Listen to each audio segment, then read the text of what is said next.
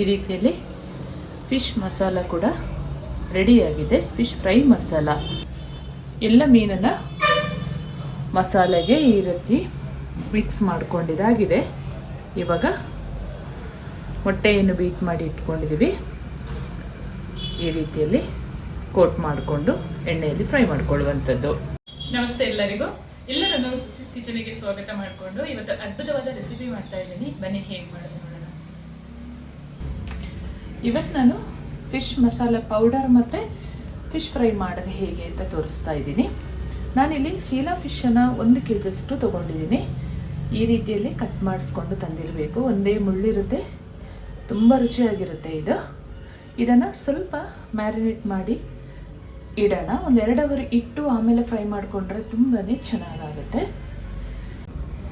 ಒಂದು ಪ್ಲೇಟಿಗೆ 1.5 ಚಮಚದಷ್ಟು ಉಪ್ಪು ಪುಡಿಯನ್ನು ಸೇರಿಸ್ಕೊಳ್ಳೋಣ. 1 ಚಮಚದಷ್ಟು ಹಳದಿ ಪೌಡರ್. ನಾನಿಲ್ಲಿ ಹುಳಿಗೆ ಕಾಚಂ ಪುಡಿ ಸೇರಿಸ್ಕೊಳ್ತೀನಿ. ನೀವು ಲೆಮನ್ ಜ್ಯೂಸ್ ಆದರೂ ಹಾಕ್ಕೊಳ್ಬೋದು. ಕಾಚಂ ಪುಡಿ ಸಿಕ್ಕಿದರೆ ನೀವು ಅದನ್ನು ಕೂಡ ಟ್ರೈ ಮಾಡಿ, ತುಂಬಾ ರುಚಿ ಇರುತ್ತೆ. ಆನ್ಲೈನಲ್ಲಿ ಕೂಡ ಬೈ ಮಾಡ್ಬೋದು, ಇಲ್ಲ ಕೂರ್ಗಿಗೆ ಯಾವತ್ತಾದರೂ ನೀವು ವಿಸಿಟ್ ಮಾಡಿದಾಗ ಅಲ್ಲಿ ಬೈ ಮಾಡಿ. ತುಂಬ ಒರಿಜಿನಲ್ ಕಾಚಂ ಪುಡಿ ಸಿಗುತ್ತೆ ನಿಮಗೆ. ಅರ್ಧ ಚಮಚದಷ್ಟು ಕಾಚಂ ಪುಡಿ ಸೇರಿಸ್ಕೊಳ್ತಾ ಇದ್ದೀನಿ. ಸ್ವಲ್ಪ ನೀರು ಹಾಕ್ಕೊಂಡ್ರೆ ಸಾಕು. ಮೀನು ತೊಳೆದಿರ್ತೀವಲ್ಲ ಅದರಲ್ಲಿ ಸುಡ ನೀರಿರುತ್ತೆ ಸ್ವಲ್ಪ.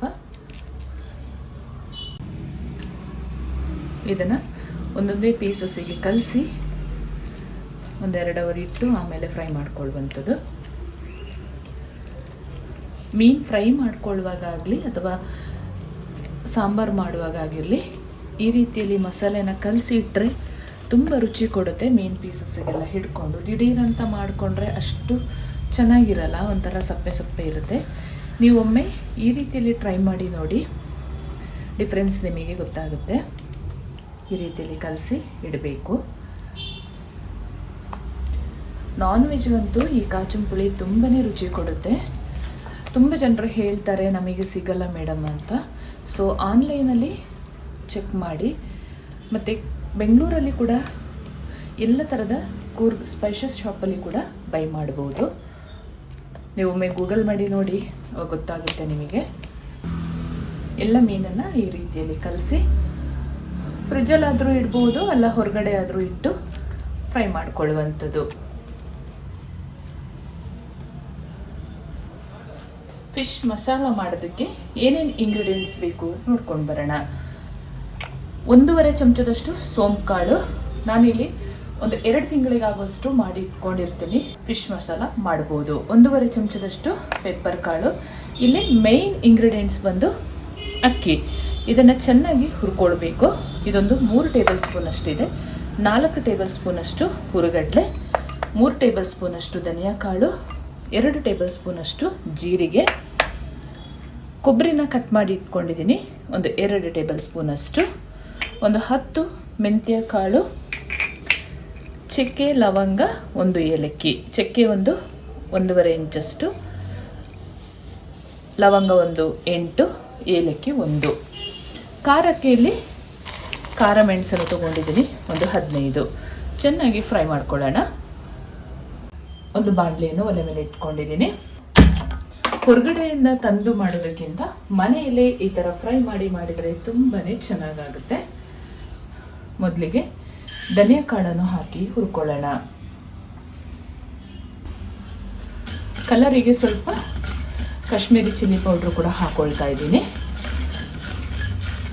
ಖಾರ ಬೇಕಾಗುತ್ತಲ್ಲ, ಯಾವುದೇ ನಾನ್ ವೆಜ್ ಮಾಡಿದಾಗ ಸ್ವಲ್ಪ ಖಾರ ಇದ್ದರೆ ತುಂಬಾ ಚೆನ್ನಾಗಿರುತ್ತೆ. ಇದು 1-2 ನಿಮಿಷ ಫ್ರೈ ಆದ ಮೇಲೆ ಮಿಕ್ಕಿದ ಇಂಗ್ರೀಡಿಯೆಂಟ್ಸ್ ಹಾಕ್ಕೊಳ್ಬೋದು. ತುಂಬ ಸಿಂಪಲಾಗಿ ಈ ಮೀನು ಫ್ರೈ ಮಸಾಲನ ಮಾಡಿ ಇಟ್ಕೊಳ್ಬೋದು.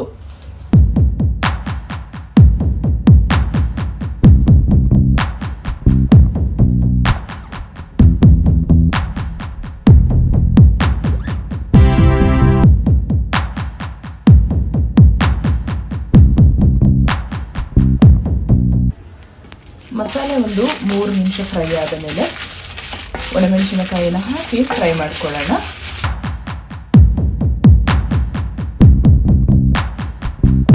ಫೈನಲ್ ಆಗಿ 1 ಚಮಚದಷ್ಟು ಸಾಸಿವೆ ಹಾಕ್ಕೊಂಡು ಫ್ರೈ ಮಾಡಿಕೊಂಡ್ರೆ ಆಯಿತು. ಇಷ್ಟ ಆದರೆ ಸಾಕು. ಇದನ್ನು ತಣ್ಣಗಾಗಲು ಬಿಡೋಣ. ಸೇಮ್ ಒಂದು ಬಾಣಲಿಗೆ ಅಕ್ಕಿ ಹಾಕ್ಕೊಂಡು ಫ್ರೈ ಮಾಡ್ಕೊಳ್ಳೋಣ. ಅಕ್ಕಿ ಸ್ವಲ್ಪ ಗೋಲ್ಡ್ ಕಲರ್ ಬರಬೇಕು,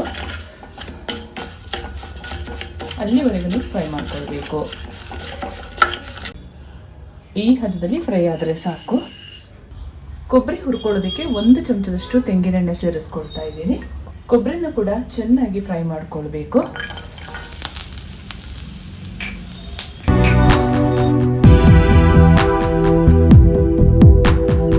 ಕೊಬ್ಬರಿ ಚೆನ್ನಾಗಿ ಫ್ರೈ ಆಗಿದೆ. ತಣ್ಣಗಾದ ಮೇಲೆ ಪೌಡ್ರ್ ಮಾಡ್ಕೊಳ್ಳೋಣ. ಹುರಿದ ಪದಾರ್ಥನ ಒಂದು ಜಾರಿಗೆ ಸೇರಿಸ್ಕೊಂಡಿದ್ದಾಗಿದೆ. 1.5 ಚಮಚದಷ್ಟು ಕಾಶ್ಮೀರಿ ಚಿಲ್ಲಿ ಪೌಡ್ರನ್ನು ಸೇರಿಸ್ಕೊಳ್ಳೋಣ. ಹಾಗೆ ಸ್ವಲ್ಪ ಪುಡಿ ಉಪ್ಪನ್ನು ಸೇರಿಸ್ಕೊಂಡು ಪೌಡ್ರ್ ಮಾಡ್ಕೊಳ್ಳೋಣ. ಕಡಲೆಪಪ್ಪನ್ನು ಕೂಡ ಸೇರಿಸ್ಕೊಳ್ಳೋಣ. ಉಪ್ಪು ಹಾಕಿದರೆ ಮಸಾಲೆ ಬೇಗ ಹಾಳಾಗಲ್ಲ, ಹಾಗಾಗಿ ಉಪ್ಪು ಹಾಕ್ಕೊಂಡೆ ಮಾಡ್ಕೊಳ್ಳಿ. ಈ ರೀತಿಯಲ್ಲಿ ಫಿಶ್ ಮಸಾಲ ಪೌಡ್ರನ್ನ ರೆಡಿ ಮಾಡಿಕೊಂಡ್ರೆ ಆಯಿತು. ಸ್ವಲ್ಪ ತಣ್ಣಗಾಗಲು ಬಿಡೋಣ. ಆಮೇಲೆ ಒಂದು ಗ್ಲಾಸ್ ಜಾರಿಗೆ ಸ್ಟೋರ್ ಮಾಡಿ ಇಟ್ಟರೆ ಆಯಿತು. ಈ ರೀತಿಯಲ್ಲಿ ಫಿಶ್ ಮಸಾಲ ಕೂಡ ರೆಡಿಯಾಗಿದೆ. Fish fry masala. 2 ಮೊಟ್ಟೆನ ಚೆನ್ನಾಗಿ ಕಲಿಸ್ಕೊಳ್ಬೇಕು. ಇದು ಮೀನು ಫ್ರೈ ಮಾಡೋದಕ್ಕೆ ಕೋಟ್ ಮಾಡ್ಕೊಳ್ಳೋದಕ್ಕೆ ಬೇಕಾಗುತ್ತೆ. ಹಾಗಾಗಿ ಸ್ವಲ್ಪ ಇದಕ್ಕೆ ಉಪ್ಪು ಪುಡಿ ಕೂಡ ಸೇರಿಸ್ಕೊಂಡ್ರೆ ತುಂಬಾ ಚೆನ್ನಾಗಾಗುತ್ತೆ. ನಾನು ಮ್ಯಾರಿನೇಟ್ ಮಾಡೋಕ್ಕೆ ಹಾಕಿದ್ದೀನಲ್ಲ, ಹಾಗಾಗಿ ಹಾಗೆ ಮಾಡ್ಕೊಳ್ತಾ ಇದ್ದೀನಿ. ಚೆನ್ನಾಗಿ ಮೊಟ್ಟೆನ ಬೀಟ್ ಮಾಡಿ ಆದ ಮೇಲೆ ಒಂದು ತಟ್ಟೆಗೆ ಸೇರಿಸ್ಕೊಳ್ಳೋಣ.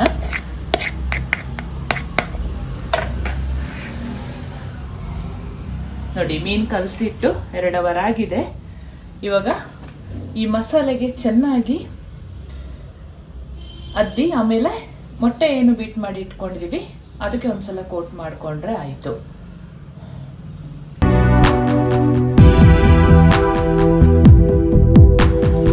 ಈ ರೀತಿಯಲ್ಲಿ ರೆಡಿ ಮಾಡ್ಕೊಂಡಿರಬೇಕು.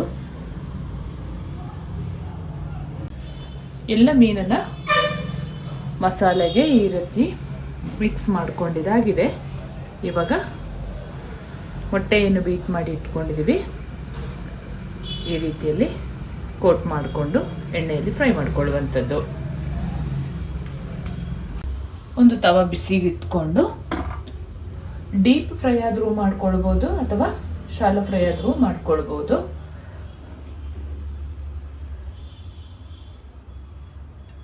ಸ್ವಲ್ಪ ಎಣ್ಣೆ ಹಾಕ್ಕೊಂಡು ಶಾಲೋ ಫ್ರೈ ಮಾಡ್ಕೊಳ್ತೀನಿ ನಾನು.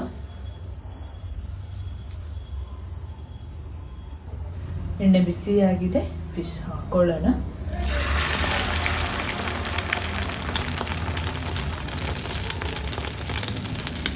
ತವ ನೋಡ್ಕೊಂಡು ಹಾಕೊಳ್ಳಿ. ಅಗಲ ಇದ್ದರೆ 2-3 ಹಾಕ್ಕೊಳ್ಬೋದು. ಇಲ್ಲ ಅಂತ ಹೇಳಿದ್ರೆ 2 ಸಾಕಾಗುತ್ತೆ. ಚೆನ್ನಾಗಿ ಫ್ರೈ ಆಗಬೇಕು ಮಧ್ಯಮ ಉರಿಯಲ್ಲಿ. ಈ ಹದದಲ್ಲಿ ಕಡಕ್ಟಾಗಿ ಫ್ರೈ ಮಾಡ್ಕೊಳ್ಬೇಕು. ನೋಡಿ ಎಷ್ಟು ಅದ್ಭುತವಾಗಿ ರೆಡಿಯಾಗಿದೆ ಅಂತ. ಇದೇ ಥರ ಎಲ್ಲ ಮೀನನ್ನು ಫ್ರೈ ಮಾಡ್ಕೊಳ್ಳೋಣ.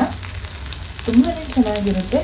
ಇದೇ ಮೆಥಡಲ್ಲಿ ಒಂದ್ಸಲ ಟ್ರೈ ಮಾಡಿ. ನೀವು ಮಸಾಲೆ ಮನೆಯಲ್ಲೇ ಮಾಡಿ ಎಂಥ ಸೂಪರಾಗಿರುತ್ತೆ ಗೊತ್ತಾ. ಅದ್ಭುತವಾದ ಮೀನು ಫ್ರೈ ಈ ರೀತಿಯಲ್ಲಿ ರೆಡಿಯಾಗಿದೆ. ಮನೆಯಲ್ಲೇ ಮಾಡಿ ತಿಂದರೆ ತುಂಬಾ ರುಚಿ ಇರುತ್ತೆ. ಹಾಗೆ ಫಿಶ್ ಫ್ರೈ ಮಸಾಲ ಕೂಡ ಮಾಡಿ ತೋರಿಸಿದ್ದೀನಿ. ಒಮ್ಮೆ ನೀವು ಟ್ರೈ ಮಾಡಿ. ಹಲವಾರು ದಿನಗಳ ಕಾಲ ಇಟ್ಟು ಫಿಶ್ ಫ್ರೈಯನ್ನು ಮಾಡಬಹುದು ಮಸಾಲೆ ರೆಡಿ ಮಾಡಿಕೊಂಡ್ರೆ. ಹಾಗೆ ನಾನು ಮಾಡುವ ಅಡುಗೆಗಳು ನಿಮಗೆ ಇಷ್ಟ ಆಗ್ತಿದ್ರೆ ದಯಮಾಡಿ ಸಬ್ಸ್ಕ್ರೈಬ್ ಮಾಡಿಕೊಂಡು ನಿಮ್ಮ ಫ್ರೆಂಡ್ಸ್ ಆ್ಯಂಡ್ ಫ್ಯಾಮಿಲಿಗೆ ಹೆಚ್ಚು ಹೆಚ್ಚು ಶೇರ್ ಮಾಡೋದನ್ನು ಮರಿಬೇಡಿ. ಹಾಗೆ ಲೈಕ್ ಮಾಡಿಕೊಂಡು ವಿಡಿಯೋ ವಾಚ್ ಮಾಡಿ.